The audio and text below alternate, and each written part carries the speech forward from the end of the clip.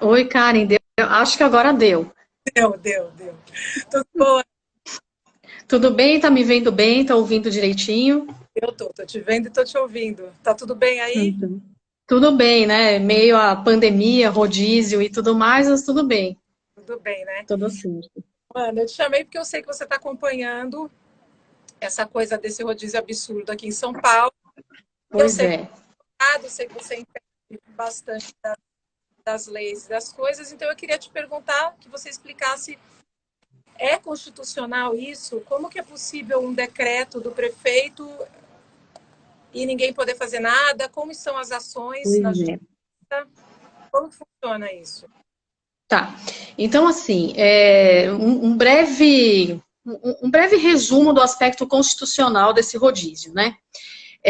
O nosso artigo 5º da Constituição Federal, ele traz lá uma série, são 77 incisos, e o artigo 5º ele traz os nossos direitos fundamentais, tá? Porém, e aí é que, né, já começa o problema aí, porque esses direitos fundamentais, eles não são tidos, pelo menos para a maioria da doutrina, ele não é tido, e pelo nosso sistema constitucional também, ele não é tido como absoluto. Então, ou seja, você tem direito à liberdade de expressão, vírgula, até a página 2, você tem direito de locomoção, vírgula, até a página 2, e por aí vai. Eu vou focar especificamente no direito à locomoção, tá? Então, o artigo 5º, ele trata que é livre a nossa locomoção em todo o território nacional em tempos de paz, tá? Com isso, o que, que acontece? Ele abre a possibilidade, no artigo 139 da Constituição Federal, ele fala que o que não é tempo de paz é a guerra. Tá? E aí você vai me dizer, bom, mas então o rodízio já está errado por aí, porque a gente não está vivendo guerra, não foi estabelecido aqui o estado de sítio, né? E nem estado de defesa. Pois aí eu faço uma outra vírgula, por quê? A nossa Constituição Federal, ela também abre a possibilidade que os tratados internacionais, e é aí que mora o problema, os tratados internacionais, eles sejam recepcionados como norma complementar à Constituição Federal. Por que eu estou dizendo isso? Porque nós tivemos aqui a ratificação em 1992, assinado pelo então ministro das Relações Exteriores, Fernando Henrique Cardoso, nós ratificamos o Pacto de San José da Costa Rica. E esse pacto diz o seguinte, a nossa Constituição Federal, então, fala restrição de direito de locomoção só em caso de guerra. Mas esse pacto, ele fala o seguinte, restrição do direito de locomoção também em caso de calamidade pública, que é o que nós estamos vivendo hoje. Então, a Lei Federal 13.979, de fevereiro desse ano, onde o presidente decretou estado de calamidade pública, ele não seria tido como hipótese, então, de restrição de locomoção, como no caso da guerra, estado de sítio e de defesa previsto na Constituição. Mas ele está previsto num tratado internacional que foi recepcionado por nós, e o próprio artigo 5º da Constituição Federal, parágrafo 3º, fala que esses tratados internacionais, eles têm equivalência ao que fala a Constituição Federal. Então, começou por aí. E aí, o que, que o prefeito fez? Pegando carona nisso, e pegando carona na posição do STF, que ao julgar aí uma ação de inconstitucionalidade, disse que municípios e governadores, prefeitos e governadores, eles têm legitimidade para destinar o direito de locomoção das pessoas e para as medidas cabíveis, o Bruno Covas pegou carona, então, nesse pacto internacional que equivale ao nosso artigo 5º, aos nossos direitos fundamentais. Ele pegou a carona do STF dizendo, olha, você prefeito, você tem legitimidade sim, você pode destinar as medidas aí que você achar cabíveis. E aí ele instituiu esse decreto, o 59.403, que institui bendito do rodízio. Tá? Então, tudo isso atropela o nosso direito de ir e vir, e com respaldo, veja, constitucional, e aí é um problema. Nós tivemos, hoje eu já consultei, nós temos... Tá, mesmo sem uma comprovação de que isso é Oi, eficaz. deu uma travada aqui. Deu. Deu, né? É. Então, hoje eu consultei, ao todo a gente tem mais ou menos umas 14 ações, tá? Discutindo esse rodízio. Das 14, a que avançou um pouquinho mais, até porque ele ajuizou a ação primeiro, foi a ação popular intentada pelo vereador, o Fernando Holliday, tá? Então, ele entrou com uma ação popular, e aí é bem interessante porque o Ministério Público, quando se manifestou na ação dele, o Ministério Público disse o seguinte, olha, em primeiro lugar, eu, Ministério Público, já ajuizei uma ação civil com relação a esse rodízio. E para mim, Ministério Público, tem que ser suspenso esse rodízio, por quê? Na minha ação popular, eu já pedi que o prefeito mostre quais são os estudos técnicos que ele se baseou para instituir o rodízio. Estudos técnicos esses visando a saúde. Por quê? Porque o decreto de calamidade pública de fevereiro, ele visa um problema de saúde. Né? Então não venha o Bruno Covas dizer para mim, Ministério Público, que tem relevância e que tem impacto no trânsito, porque não é isso que eu quero. Eu quero que tenha impacto na saúde das pessoas. E aí o Bruno Covas... Impacto é negativo. Sim, sim. E aí o prefeito, isso o Ministério Público falando da manifestação dele na ação do Fernando Holliday. O Ministério Público disse o seguinte, Bruno Covas não me mostrou ainda esses estudos. Então eu opino nessa ação pela concessão da liminar para suspensão do rodízio, enquanto ele não mostrar os estudos que ele tem. Tá? Porque ele pode sim, conforme aí o STF já consolidou, ele pode tomar as medidas desde que tenham a ver com a pandemia, porque isso aqui não tem a ver com pandemia, tem a ver com trânsito, né? Tanto é assim que, para soltura de presos, por exemplo, o governador do estado de São Paulo, ele se utilizou do critério aglomeração para soltar a cambada, né? Desculpa o termo. E aí me vem o prefeito, né? E olha, mas é para prevenir a pandemia, então vai todo mundo para o ônibus. Ou seja, já tem inúmeros assaltos nos ônibus, porque é o ambiente mais vulnerável que as pessoas têm, né? Entram lá os bandidos que estão soltos porque eles não puderam se aglomerar na cadeia, aí a gente se aglomera no ônibus, né? Enfim.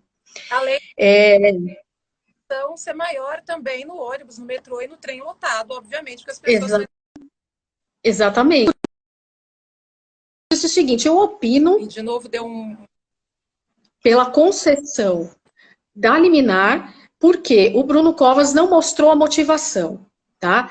E o que seria essa motivação, então? Não basta ele simplesmente, isso está no artigo 37 da Constituição Federal, não basta ele acordar, hoje eu acordei motivado, a minha vontade, não é vontade dele.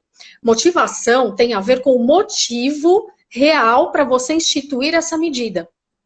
E o Ministério Público cobrou no inquérito civil dele e agora na ação do Fernando Holliday. E aí me veio a juíza dizendo o seguinte, em 5 linhas, depois se vocês quiserem eu disponibilizo o despacho dela, olha, esse decreto não fere a Constituição Federal, não fere a legislação, o prefeito pode fazer isso e ponto final, passar bem e defiro a liminar. Simples assim. E o Ministério Público insistindo, olha, mas tem um inquérito civil lá, e aí, ele não vai mostrar a motivação? Então, por enquanto, essa foi a ação que foi um pouquinho mais adiante, não conseguiu a liminar. Aí tem várias ações, teve uma liminar que foi deferida numa ação de um médico, mas aí é um mandado de segurança dele individual e não é coletivo, como era a ação do Fernando Holliday. Esse médico conseguiu porque ele está inserido dentre as categorias que podem rodar, né, e ele não é atingido pela suspensão, só que ele usa o carro que está em nome da esposa dele e ele não conseguiu cadastrar na prefeitura. Porque ainda tem isso, as pessoas que estão beneficiadas, que exercem atividades essenciais não estão conseguindo se cadastrar. Né? Então, ou seja, ele precisou impetrar um mandado de segurança para conseguir uma liminar, porque ele é serviço essencial, ele é médico, ele precisa rodar e o carro dele está em nome da esposa. E ele conseguiu, foi o único. O restante, aí nós temos outras ações aqui, acho que umas 2, 3 que foram extintas. Então, por enquanto, o rodízio está válido. E o que eles têm, os argumentos, né, dos juízes é que, olha, mas constitucionalmente está perfeito, porque estado de calamidade está lá no Pacto de São José, que a gente ratificou, logo então pode. Porque a própria Constituição fala que tem equivalência.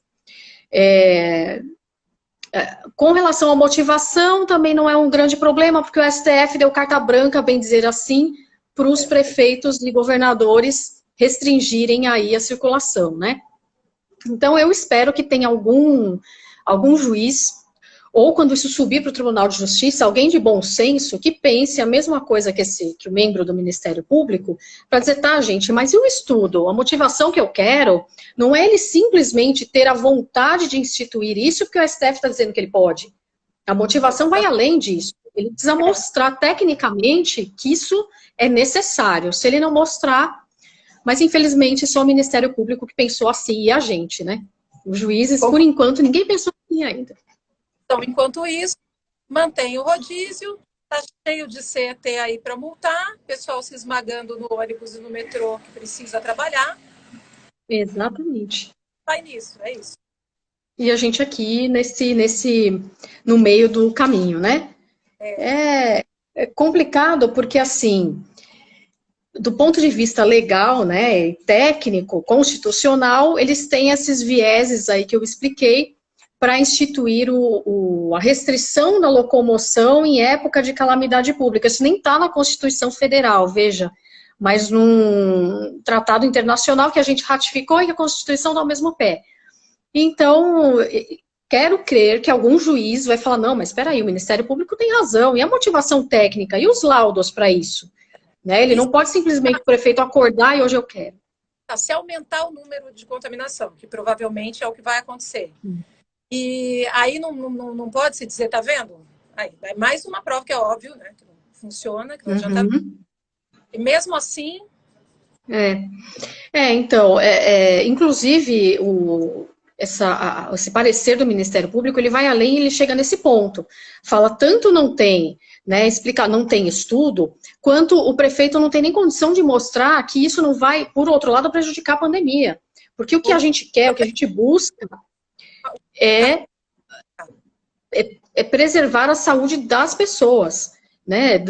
Dane-se, ele não fala nesses termos, dane-se o trânsito, não é o trânsito que a gente tem que prevenir, né? É a saúde. O decreto 13.979 de fevereiro, o decreto federal, ele visa a preservação da saúde. E aí, tá preservando a saúde, né? Não tá.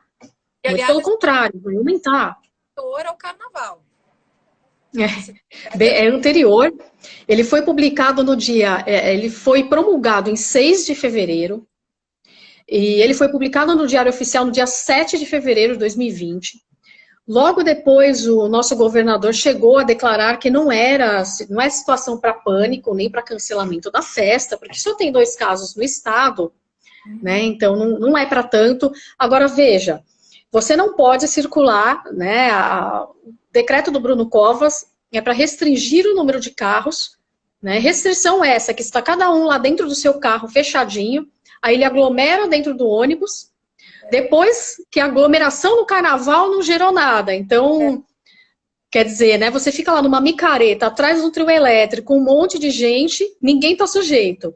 Agora, dentro do carro, cada um no seu lugar, e aí o Ministério Público aborda isso, fala, gente, mas esse decreto não é para prevenir nada na pandemia, é para prevenção de trânsito e para fazer caixa, não é outra coisa, né?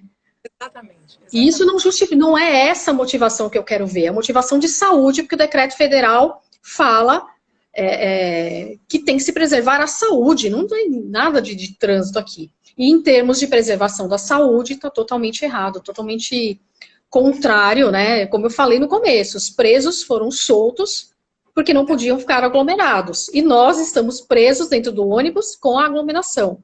Exatamente. Então, quer dizer, né, a mesma motivação, mas para cada esfera da sociedade tem um tratamento diferente. Espero que isso caia, sinceramente, que não dá, né? Eu também. Ana, legal, foi legal, porque você explicou bastante coisa, né, que a gente não entende muito do aspecto legal, a gente sabe que é um absurdo, a gente sabe que não funciona para controlar, pelo contrário, vai aumentar o número de contaminação, mas foi o aspecto legal para a gente. O assunto é assim, é muito vasto, né? É muito extenso. A começar, eu assim nunca me conformei muito com essa história de direitos individuais até a página 2, né? Eles não são absolutos, eles são relativos. A grande maioria da doutrina fala, não, mas eles são relativos, por quê? Porque a Constituição Federal fala que a gente precisa primar pelo bem social, né? E aí, o teu direito de propriedade, por exemplo, você tem teu carro, você tem o teu direito de ir e vir com ele. Só que a Constituição Federal fala, você tem direito de exercer sua livre propriedade sobre teu bem. Uma vírgula. Aí ele coloca vírgula, desde que respeitada a função social. O que as pessoas, assim, o engraçado é que elas são muito, elas gostam muito desse negócio de bem social, e aí com isso, e aos pouquinhos, esse sistema, esse pensamento coletivista vai tomando conta. Porque num primeiro momento você vê e fala, pô, legal, né? O bem social, o coletivo tem que prevalecer. Mas no segundo momento, as pessoas esquecem que o coletivo ele é feito pelos indivíduos. Então, a partir do momento que você começa a atacar os direitos de cada indivíduo, você automaticamente você vai prejudicar a coletividade.